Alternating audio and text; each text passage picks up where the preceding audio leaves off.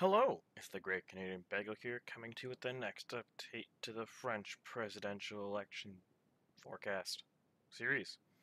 Ah, um, so we are now getting relatively close to the start of the campaigning really picking up. March 4th is the deadline for uh, elected official endorsements to come in. It looks like most candidates should be able to get there. Christiane Taubira looks like she's the only one who has a very difficult chance. There's about 12 days, and last I saw, the last official numbers, she had 86 endorsements of the required 500, so there's a very high likelihood she will not be making it, unless she can do a very good job in the next 12 days of getting another 414 endorsements, which seems implausible, especially since uh, Hidalgo and a couple other left-leaning candidates are trying to get left-leaning local officials to not support her to try to stop the left-wing vote from getting split up. And, fair enough. That is the advantage the Parti Socialiste has. It has a lot of local officials. And it doesn't really make any sense in my mind why your party's local officials would endorse a candidate who is running for the same voting bloc as your candidate. Doesn't really make much sense, though. Taubira is upset about this. I think it's kind of what's the word for crocodile tears? It's like, yep, you're getting shut out because the Socialist Party has more elected officials, and they're trying, and they're and they have more influence over elected officials, and they're stopping you from going. It's like that half of elections is securing your own base, even if it causes damage, quote unquote, to other people of similar alignment. It doesn't do anything. It does not do Hidalgo any good to have the left-wing vote split, nor Taubira, but unlike Taubira, Hidalgo has some way to leverage this. So if you look here, Taubira is currently polling around 3-ish%. It's very likely that this might get redistributed among Roussel, Mélenchon, Hidalgo, and Jadot in about 2 weeks or so, assuming she doesn't make it to the ballot, though I'm not 100% certain when the ballot is being when it's published that will be. So the next video, which is probably in 2 weeks for the record, might not contain it, but we'll see. Now, mind you, even if all those 3% went to Mélenchon, that still would not change the calculus of this election one iota. And I will note for those keen-eyed viewers, I have started tracking Fabien Roussel. I spelled his name wrong. I'll correct that. His numbers look really weird right now, especially if you're watching polling. He's currently polling like 4 or 5%. His number's really low because I have like 2 months of polling data where he's registered as 0 because I wasn't tracking him before. But since he's doing quite well in the polls now, I started adding him to my tracking. So it will take a couple weeks for his numbers to actually settle properly because of the weighted averaging, and I just don't have the time to go back to polls more than a week ago to correct it. It's possible, but I don't have the time, unfortunately. So his number's wrong here. Picture this closer to 3% and picture other being smaller. It doesn't affect any of these candidates. It's just other has some of his vote share that he would actually have. So he's probably closer to 3-4% right now. Now, the other thing, actually, this might be an easier way to describe this, that's going on right now is the race is actually heating up. So Macron is still out of the race. And it's likely going to be out of the race for as long as possible. I don't recall what the deadline is for the president of France to officially declare. He's 100% going to wait to that deadline. But the risk with this is since they cannot campaign against Macron right now, you have basically the left-wing candidates and the right-wing candidates campaigning off. And all the left-wing candidates seem to just be completely divided, though Mélenchon might have some momentum right now, we'll see. There's some, can't recall which affiliation, but there are some big names. I want to say the Parti Socialist, one of the former presidents of them, endorsed Mélenchon. Now, apparently that president, the 2007 presidential candidate, not the president, sorry, presidential candidate, is a maverick in the party. Not really sure what the inter details of all the French political parties. Not that well versed. So that might be causing some momentum here. It's hard to say. It could just be statistical fluke. It is very small. So we'll see going forward. That's also wrong. This should be December. I also spelled December wrong. Now, the bigger news, though, is on the right. And this is the big threat to Macron. Because right now, basically since December, there's been 3 right-wing candidates who are roughly as Le Pen, Pécresse, Zemmour in order of likelihood of getting the second round. But because of some weak performances on campaign trail from Pécresse and a lot of defections from Pécresse and Le Pen, members of their party publicly supporting Zemmour and rebuking their candidate, really particularly hitting Pécresse quite now, Zemmour is gaining a lot of steam, and you can see here about 2 weeks ago, the start of February, and this started happening. Pécresse was sitting about 16.1% of the first round vote, and has since then lost about 0.7 in a bit. Zemmour has gained about 0.9, so it's very likely that almost all of the support Pécresse lost has went to Zemmour. Similarly, Le Pen has lost some support. Likely also that support went to Zemmour. And I will note, because this is a weighted average, and it's just the last couple, basically the last week where Zemmour is really starting to do quite well for first round vote intention, he's lagging by his polling. My model does lag polling, and polling does lag actual popular opinion. So in the next 2 weeks, we're likely going to see Zemmour actually eclipse Pécresse if the polling in like raw raw aggregate number, if the trend continues, and he might in fact exceed Le Pen. Because the big story here, bear with me a second, we're just going to go to a poll page. The IFOP Futical poll of February 15th to 18th had Zemmour straight up in second place the first time since November. He's polled objectively in second place. There's a couple times he's been tied for second place, but this is really the first one where he's actually outright in second. Maybe that trend will continue, maybe it won't, but he's definitely gaining steam. He also picked up a very...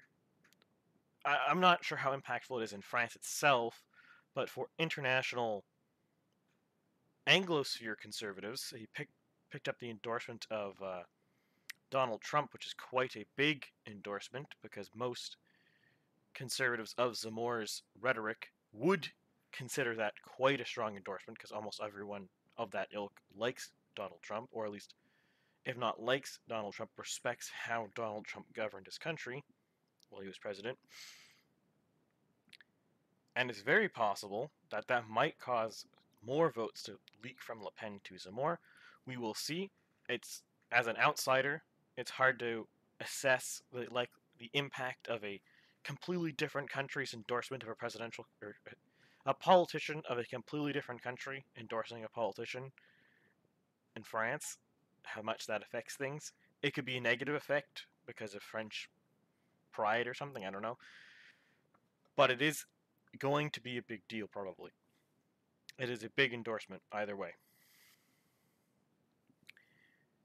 So at this point, it's really looking like the first round still solidly by Macron. Macron and someone else, and it's looking less like Pécresse will make it, and it's looking like it'll be Le Pen or Zemmour.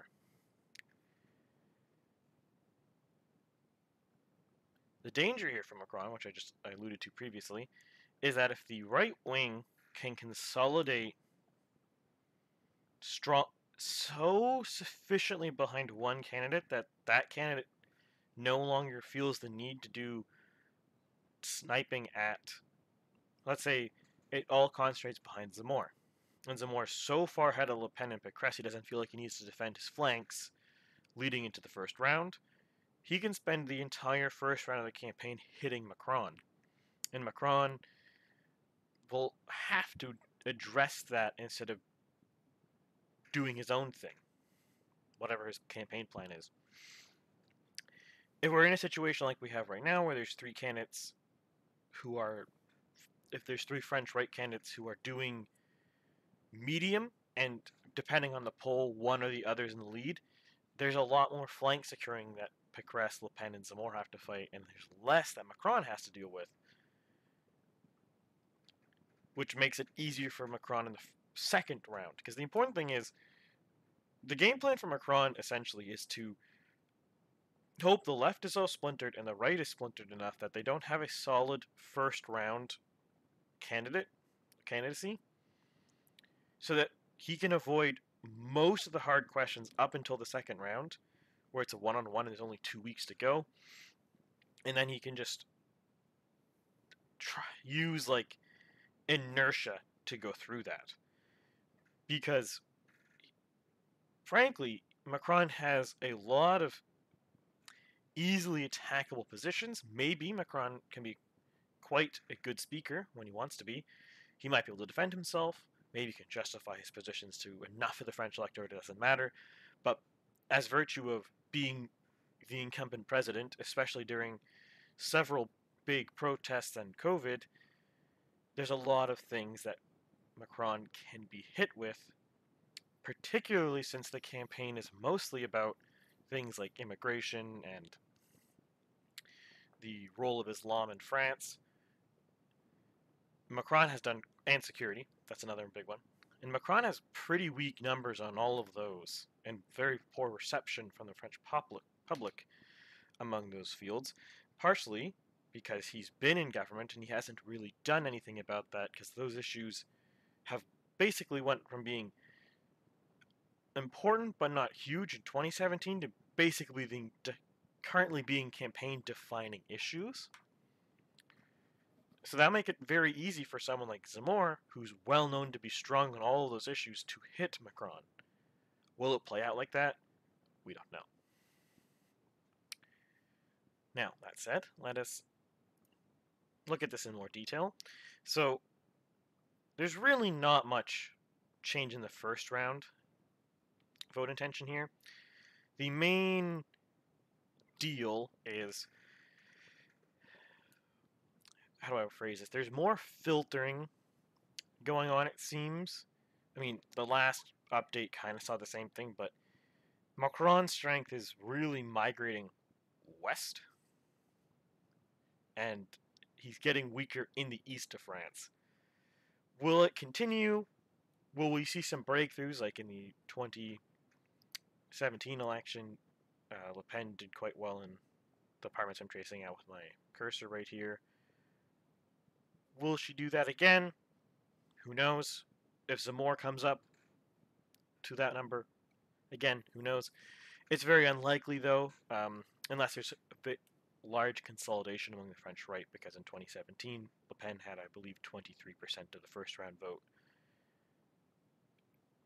And now no French candidate, right-wing candidate, has more than 20%. So we're likely to see Macron narrowly edge out most departments in a very low plurality, as we can see with this map. And now if we go to the first of the second round vote polls, we'll go with Le Pen first.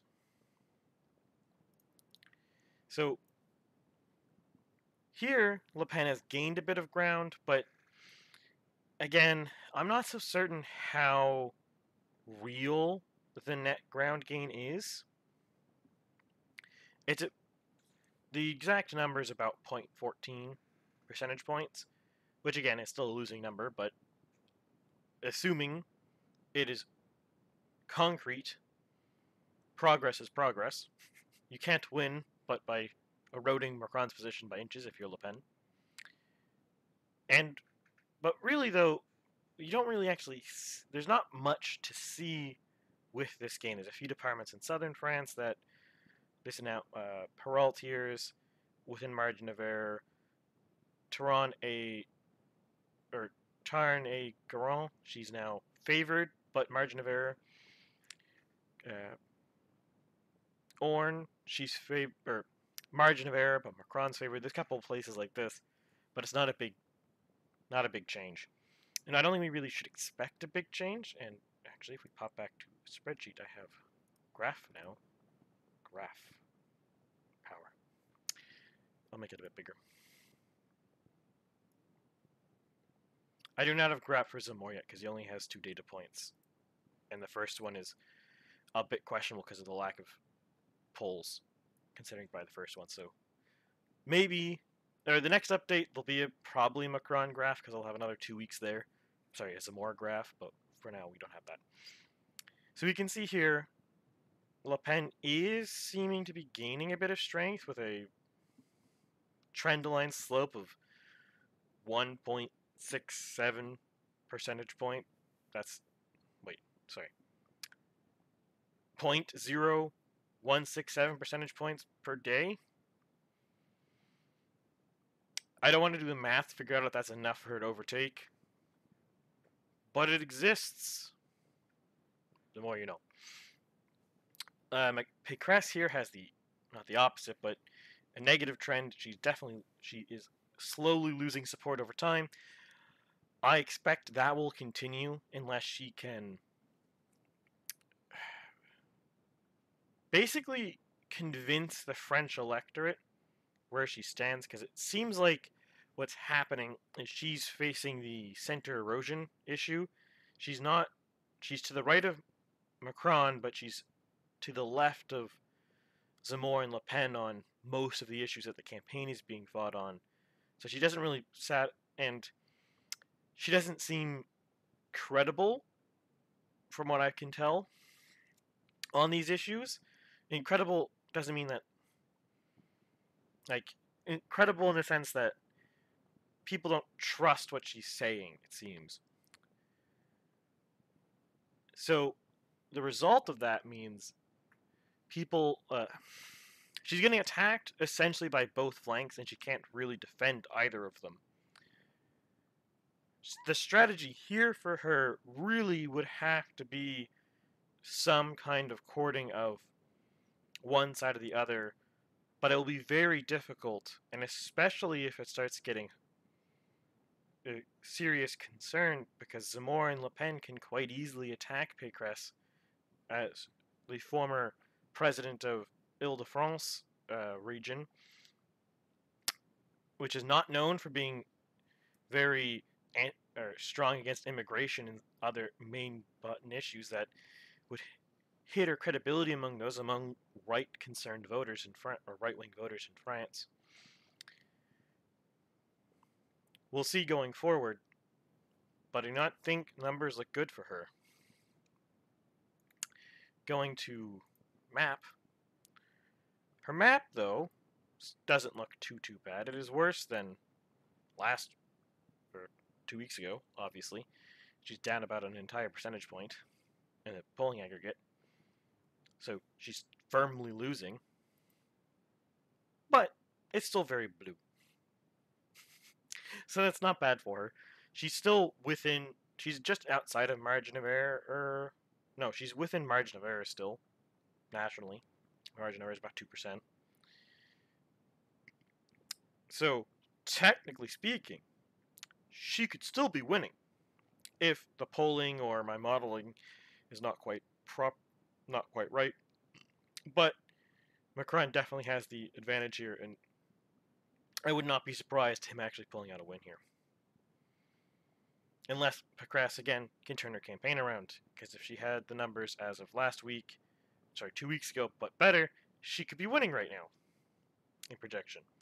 But it seems, to add even more insult to this, every new poll that comes out does have her numbers worse than the polls before, which is not good news. I will put one note here on Pécresse's numbers. people who have been looking at the polls might be like, oh, she's polling like 44, 45%. How is she at 49 range?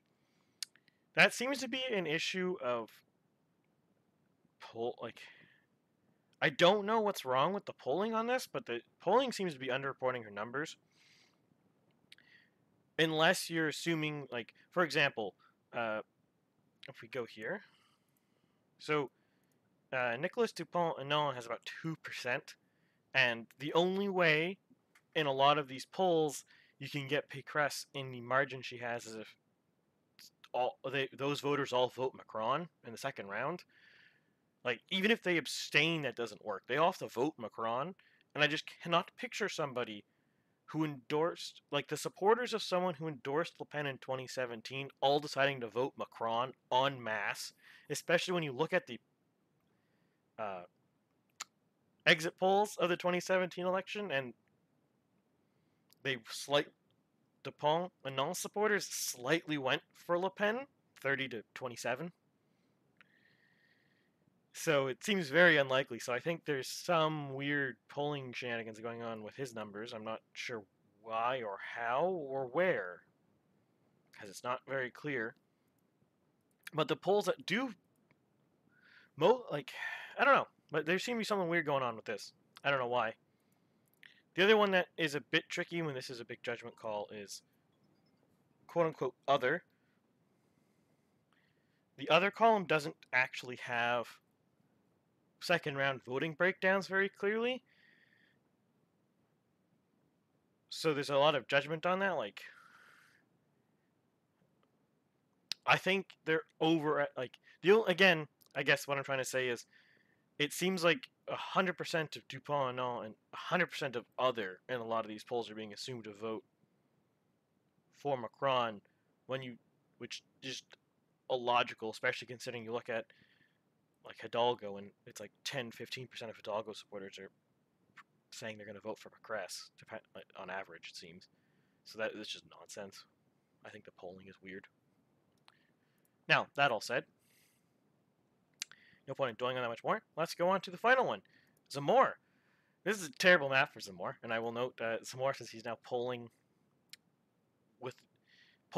either tied or outright in second place, I now have a map for him. This is a terrible map for him. He's polling not very good versus Macron in a head-to-head, down just shy of 18 percentage points. That said, I think Zemmour has a lot of room to grow. So, the first thing here, so if we compare Zemmour to Le Pen, the first big difference Zemmour has to Le Pen is 100%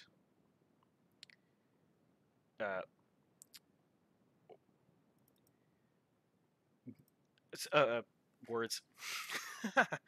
More Le Pen supporters seem to be willing to defect to Macron than Zemmour supporters. So I'll phrase this better. So in a Macron versus Zemmour head-to-head, more Le Pen supporters seem willing to defect to Macron than in a Macron versus Le Pen head-to-head, Zemmour supporters seem to defect to Macron. That's one thing. In other words, Le Pen gets more of the Zemmour vote than Zemmour gets of the Le Pen vote. But that's an easy thing to fix in the end. I think, based on the issues of the campaign, once you get to second round voting, if Zemmour is a second round candidate, I think a lot of the Le Pen voters will rally. At least not vote for Macron. There might still be large absenteeism from them, but I don't think there'll be a huge number siding with, or a meaningful number siding with Macron there. The other big block he has the room to grow support in, which I think is possible, is among Pécresse voters. Macron performs about equally among first round Pécresse voters versus Zemmour as he does versus Le Pen, but Zemmour does a bit worse among them. right now. That could just be the lack of data, because he only has about 10 days of data involved, so that could be a data problem. So he has room to grow there. He also has room to grow among left-wing voters, because he performs worse among every single left-wing voter's voting base than either Pécresse or Le Pen. Now, it might be harder to grow that support there, but I think because of how polling works and how people respond to polls, I think there is going to be a underreporting of his performance among that demographic, but it's going to from like Melancon and Tabira and Hidalgo voters. I think he is going to have an underreporting of the polling. Underreporting of how much of them are going to vote for him, because he's seen as a radical candidate. He's seen as very far right, though I don't think that's a good depiction of him.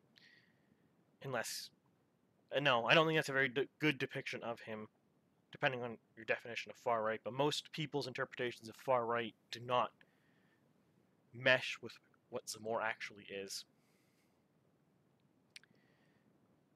So I suspect there's going to be a lot more people voting for him than are polling voting for him.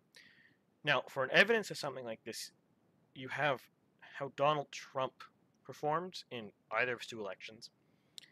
He was polled close to, for example, 2020, he was polled 43, 44%. He got nearly 47. I think we're going to see a very similar thing with Zamor. Will it be enough for him to win? I don't know. But it will likely mean that if there is a Zamor versus Macron head-to-head, it's not going to be Macron carrying every single department.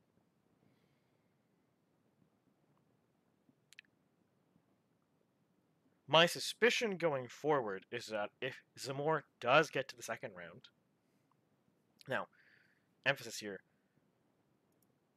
it's not certain yet, but if he does get to the second round, I fully expect Zamor to either win, probably narrowly, but winning by 1 vote, winning by 10 million votes, doesn't matter.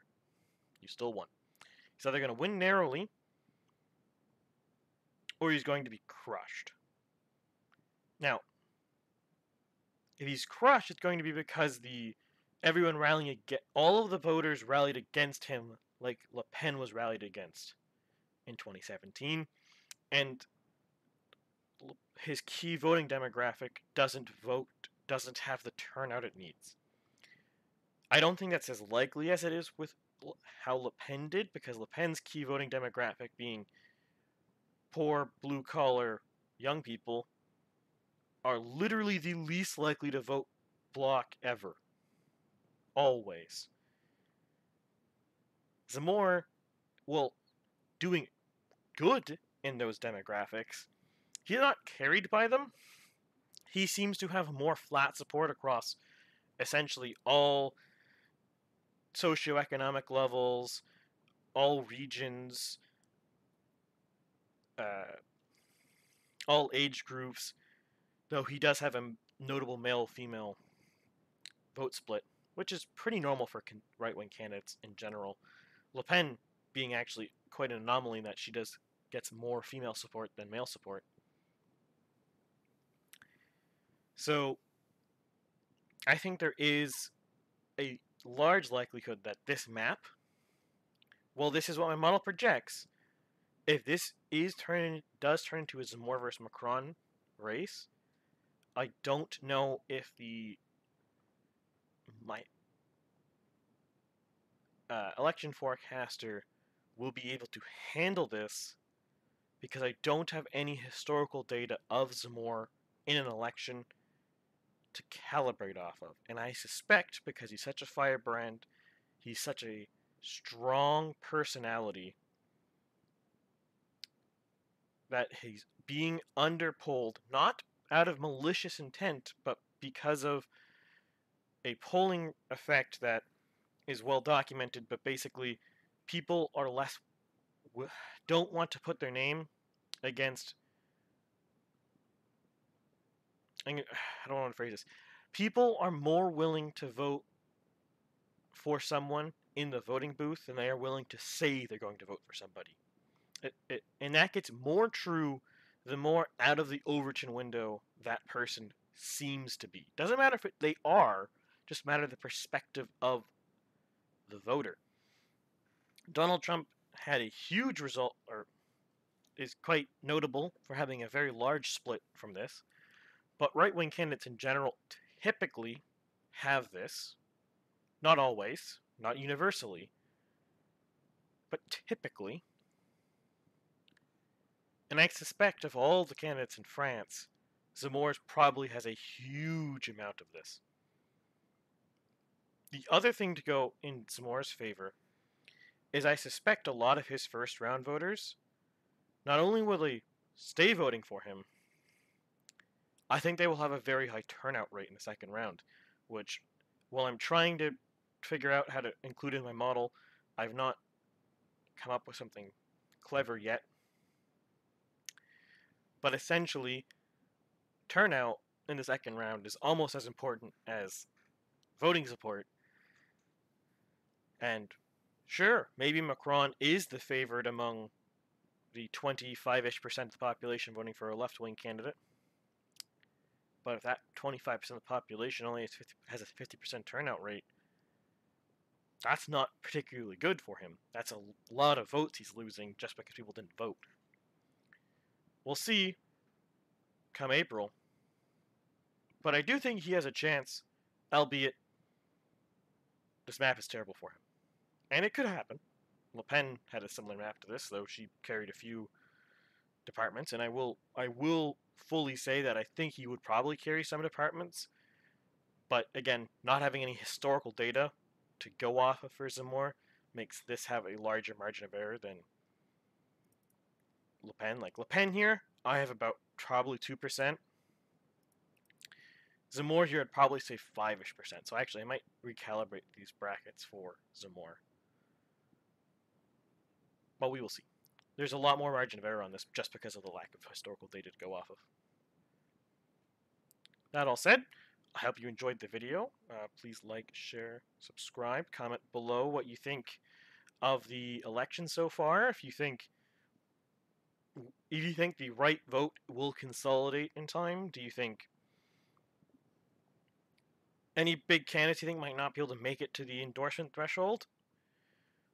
Oh, actually, I almost forgot.